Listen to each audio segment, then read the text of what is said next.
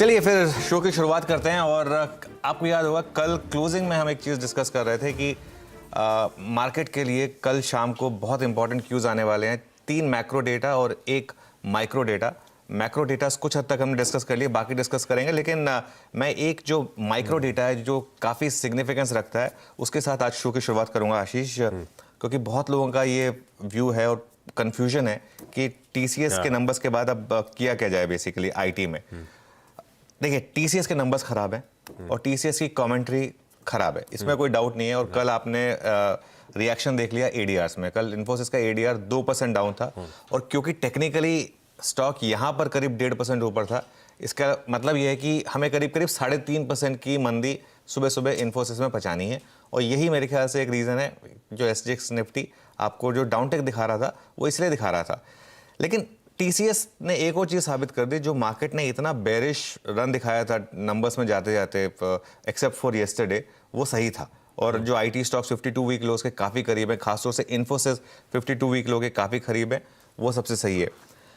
मुझे ना एक चीज़ याद आती है, जब मेरे राकेश झुंझुनवाल जी से बात होती थी, वो कहते थे मार्केट को जो एक चीज़ नहीं पसंद है वो है अनसर्टेनिटी।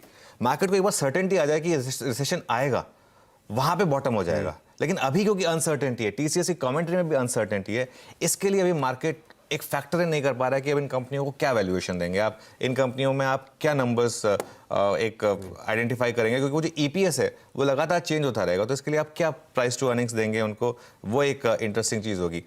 आईटी को लेकर मेरा 2 बहुत सिंपल क्लियर कट व्यूज़ हैं। अगर आप एक इन्वेस्टर हैं तो अब से लेके अगले क्वार्टर तक जब नंबर्स आएंगे जिसमें ये स्टॉक्स, कुछ स्टॉक्स शायद 52 वीक लो हिट करेंगे, ये आपको एक मौका देगा या तो एज ईटीएफ बाय करने के लिए या पोर्टफोलियो में आईटी कंपनियां ऐड करने के लिए, क्योंकि बहुत अच्छी वैल्यूएशन पर आ जाएंगी ये कंपनियां।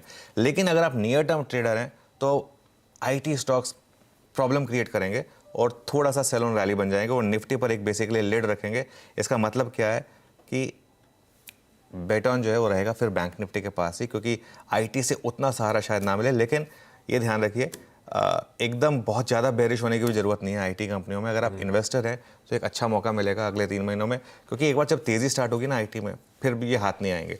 तो लेने आपको ये मंदी में ही पड़ेंगे स्टॉक्स। अब आप कब लेते हैं ये आपके ऊपर डिपेंड करता है, लेकिन अगले 3 महीने में जो रिसेशन के फियर्स रहेंगे उसमें अच्छी अपॉर्चुनिटीज़ मिलेंगी आपको बाय करने के लिए। ये हो गया अपफ्रंट आईटी